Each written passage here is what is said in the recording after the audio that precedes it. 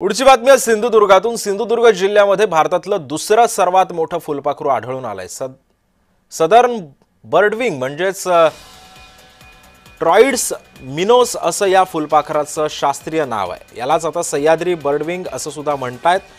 दक्षिण भारतामध्ये विशेषतः पश्चिम घाट आणि पूर्व घाटाच्या काही भागांमध्ये आढळणारं आकर्षक स्वॅलोटेल फुलपाखरू आहे। याचे पंख 140 ते 190 मिलीमीटरचे आहेत आणि हे फुलपाखरू कर्नाटकचं राज्य फुलपाखरू म्हणून ओळखलं सुद्धा जात आहे। आपण पाहतोय हे फुलपाखरू जे आहे ते आता सिंधुदुर्गामध्ये आता आढळून आलेलं आहे। भारतातील दुसरं सर्वात मोठं फुलपाखरू असल्याची चर्चा आता या निमित्तानं उपस्थित होतीये आणि सोबतच याच फुलपाखराला सह्याद्री बर्डविंग असं सुद्धा नाव देण्यात आलेलं आहे।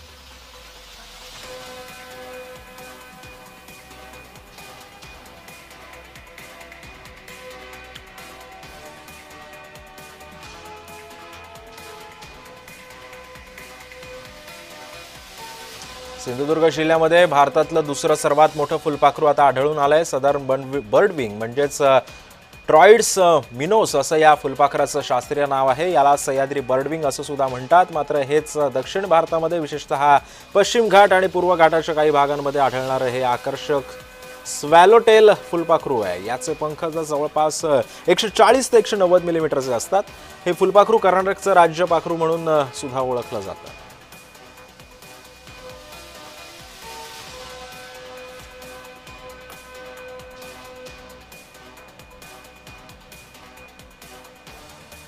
सध्या या फुलपाखराची जरा जोरदार चर्चा आहे। हे फुलपाखरू आता सिंधुदुर्गामध्ये आढळून आलेलं आहे।